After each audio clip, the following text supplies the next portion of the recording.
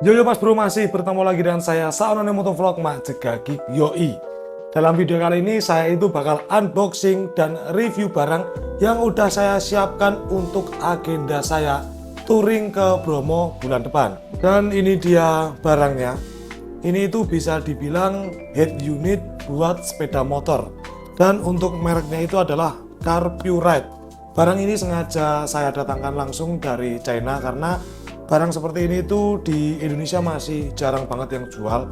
Sedangkan saya membutuhkan device seperti ini untuk membantu navigasi saya selama perjalanan tanpa harus nempelin HP atau pakai phone holder di sepeda motor. Nah, daripada penasaran, langsung aja kita unboxing barangnya. Nah, ini adalah Carpuride dengan tipe W502. Salah satu barang yang menurut saya dibutuhkan oleh para riders, apalagi yang hobi touring, karena dengan barang seperti ini bisa membantu kita untuk memudahkan navigasi selama perjalanan. Sekarang kita ke tampilan packing dari Carpuride W502 ini. Nah, untuk box yang saya terima itu dalam kondisi seperti ini juga. Meskipun pengiriman dari luar negeri, boxnya masih sangat utuh dan aman, karena saat pengiriman itu udah mendapatkan proteksi ganda, udah dapat box lagi dan udah ada bubble wrapnya bro, jadi aman banget. Oh ya, jangan lupa di sini itu ada fitur andalan dari Carpuride W502. Dia itu udah waterproof, udah bisa Apple CarPlay, Android Auto, dan bisa koneksi lewat Bluetooth. Kita lihat sekarang di sisi kotaknya.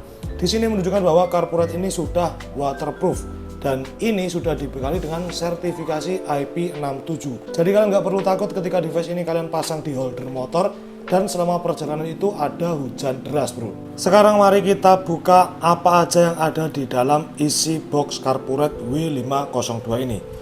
Nah, untuk di sini itu packingnya saya bilang aman karena dia udah double protection. Selain di sisi luar, di dalamnya itu udah ada gabus atau styrofoamnya juga bro.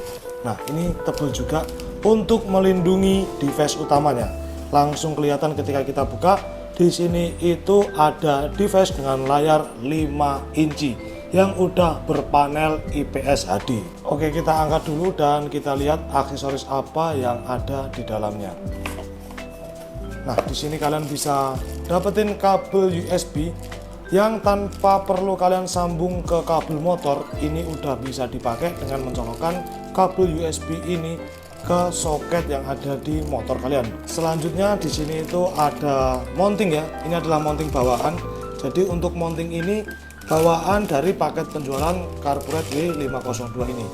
Ini mounting yang bisa kalian pasang di handlebar motor kalian. Masih ada lagi di sini itu ada serangkaian kabel yang jika kalau kalian mau pasang tanpa USB kabel, ini bisa disambungkan ke kelistrikan motor kalian dulu. Jadi di sini nanti itu ada kabel merah untuk positif dan negatifnya itu warna hitam. Dia udah pakai sistem sekring atau fuse box seperti ini. Selanjutnya di sini itu ada semacam mini tools yang digunakan untuk membuka dan memasang Carpuride W502 ini. Yang terakhir di sini itu ada manual book. Untuk manual book ini berbahasa Inggris ya. Jadi kalian bisa lebih mudah membaca untuk panduan pemasangan si Carpuride W502 ini. Nah, sekarang kita kembali ke sajian utamanya. Ini adalah device utama yaitu Carpuride W502. Untuk desainnya seperti ini. Dia itu mirip tablet phone yang dipasang ke motor ya. Jadi untuk layarnya itu benar-benar flat, bukan curve dan cukup tebal. Namun ukurannya terbilang nggak terlalu besar karena ini hanya menggunakan layar selebar 5 inch saja. Sebenarnya untuk Carpuride ini ada beberapa tipe, ada yang 7 inci, ada yang 6 inci, bahkan ada yang 9 inch ya. Jadi kalian bebas pilih mau yang tipe mana. Kalau saya karena ukurannya ini cukup compact, saya pilih yang ukuran 5 inch biar nggak terlalu mengganggu pemandangan dan mengganggu panel-panel pada speedometer bro. Nah, untuk bagian belakang itu kira-kira seperti ini bentukannya. Untuk bagian menonjol ini adalah klem atau bola yang bakal dipasang ke bracketnya. Nah, untuk bracketnya yang ini nanti bakal dijepit di sini jika kalian ingin menggunakan bracket ini ke handlebar atau stang kalian. Tapi saya nggak bakal pakai bracket yang ini bro. Saya udah beli khusus bracket yang saya bakal pasang ke motor saya. Ini lebih compact, lebih kecil, nggak terlalu panjang kayak yang bawaan. Dan bracket seperti ini itu namanya square bracket yang bisa kalian dapatkan di website Carburetti saat melakukan pembelian juga. Nah, kira-kira seperti ini ya. Ini nanti bakal dilepas dan untuk square bracket ini nanti bakal dipasang di sini. Kali ini saya bakal melakukan pemasangan Carburetti W502 di Yamaha Lexi ini. Nah, sebelumnya kalau kalian pengen order Carburetti W502 seperti ini, silakan cek link yang ada di description box di bawah ini. Lalu masukkan kode diskon di sini. Nah, ini kode diskon yang bisa kalian masukkan untuk mendapatkan diskon khususnya. Nah, untuk melakukan pemasangan di Yamaha Lexi, saya itu membeli bracket tambahan seperti ini. Ini bisa kalian dapatkan di marketplace kesayangan kalian. Untuk link pembeliannya nanti saya taruh di deskripsi juga. Kalian bisa cek, harganya sekitar under 100.000. Dan untuk bracket GPS seperti ini nanti bakal saya pasang di belakang visor dan di atas speedometer biar lebih rapi dan cakep. Oke, sekarang langsung aja kita pasang Carburetti W502 nya.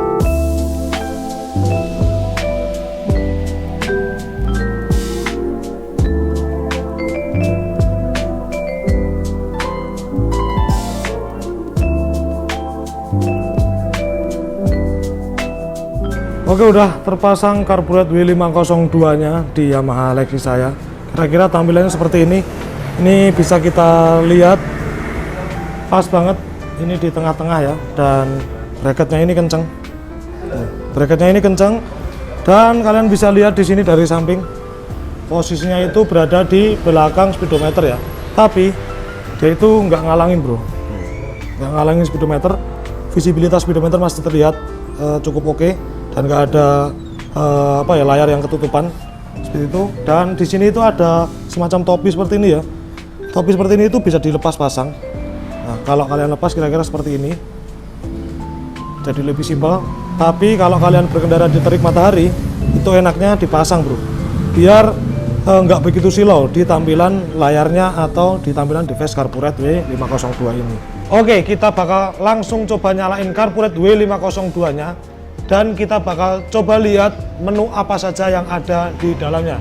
Serta di sini nanti kita bakal lihat gimana konektivitasnya dengan Apple CarPlay yang udah saya koneksikan ke handphone saya ini bro. Oke, sekarang kita coba kontak on.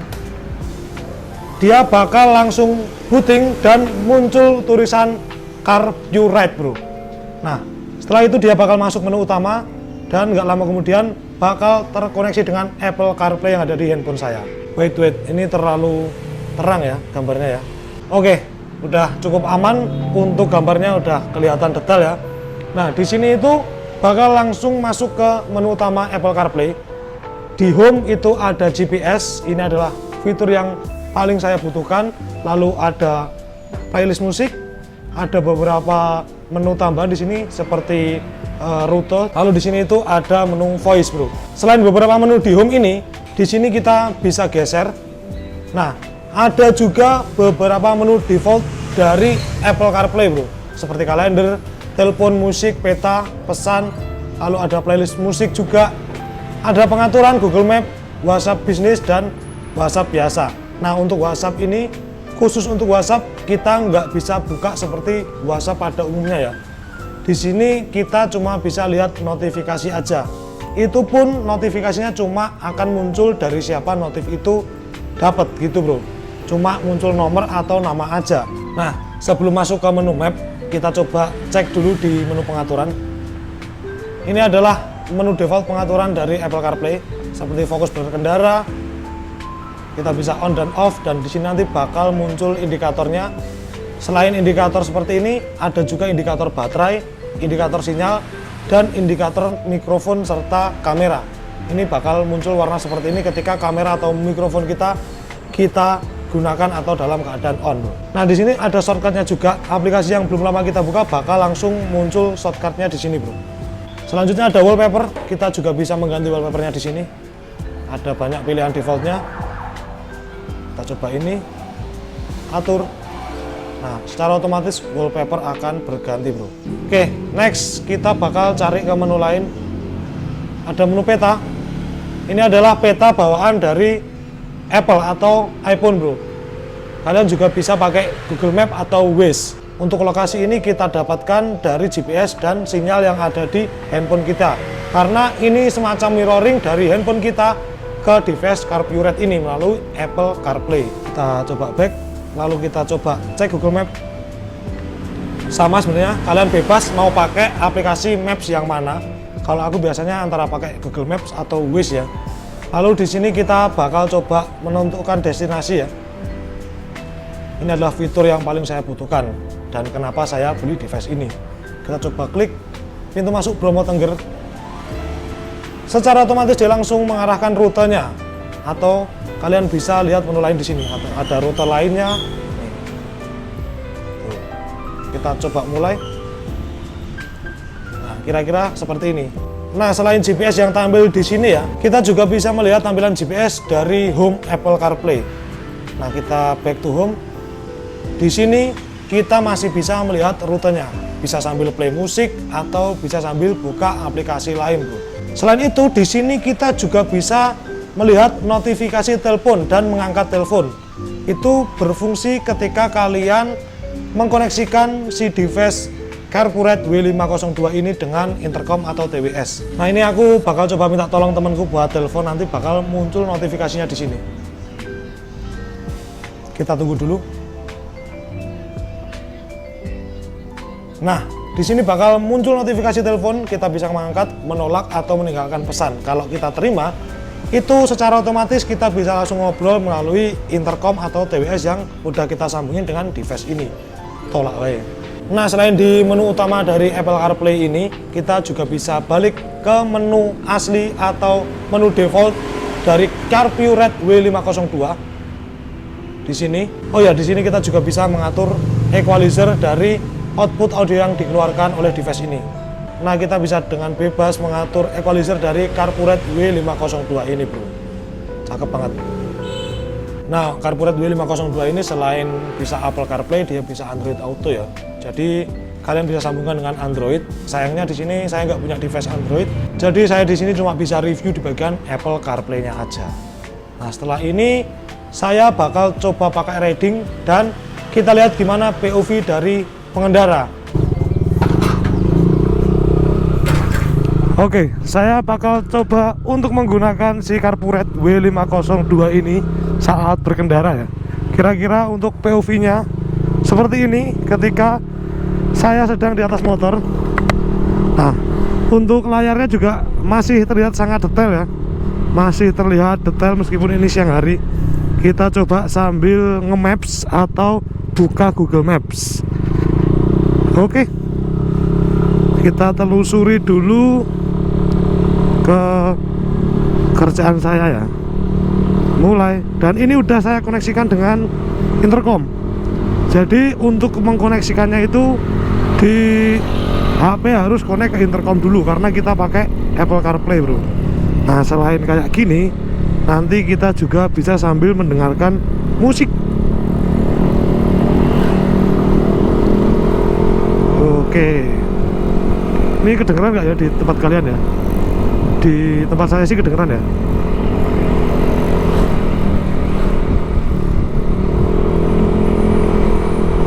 Coba kita cari radio aja, radio. Ini jangan ditiru ya kalau sambil berkendara kayak gini. Prambors.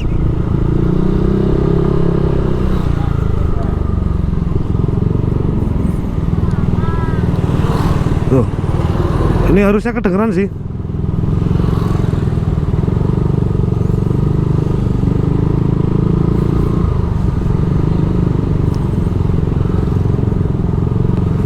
Kita balik lagi. Oh, sambil lihat maps gitu.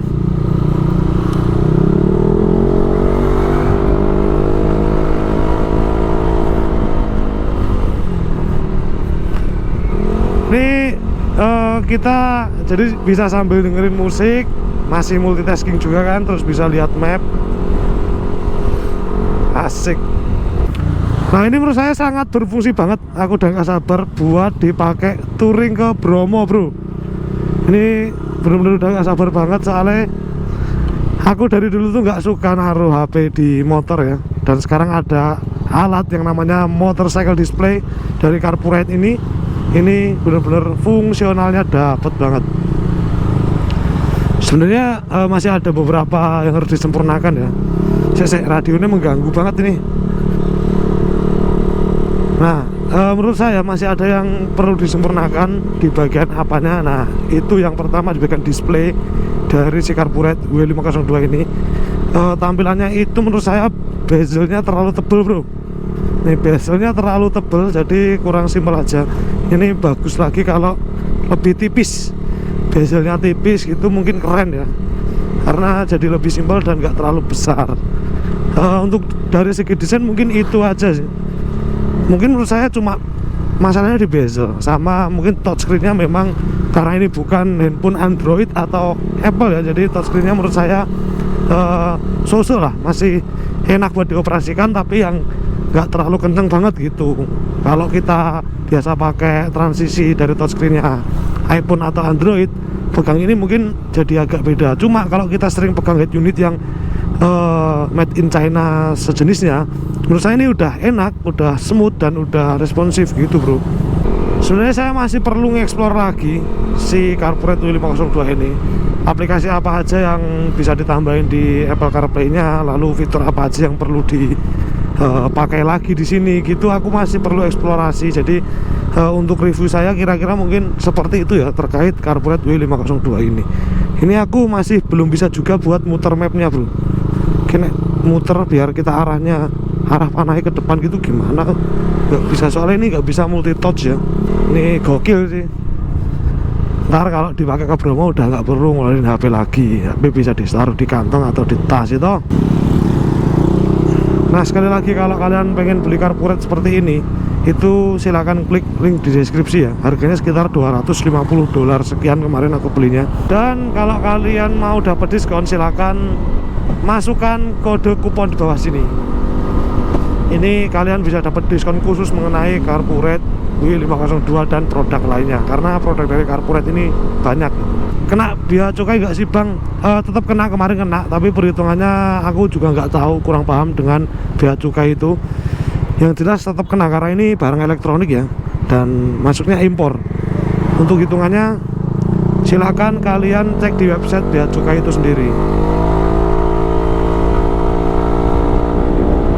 Ini benar-benar real time ya untuk GPS-nya ya, akurat real time, nggak ada nggak ada lag-lag, benar-benar jalannya smooth juga.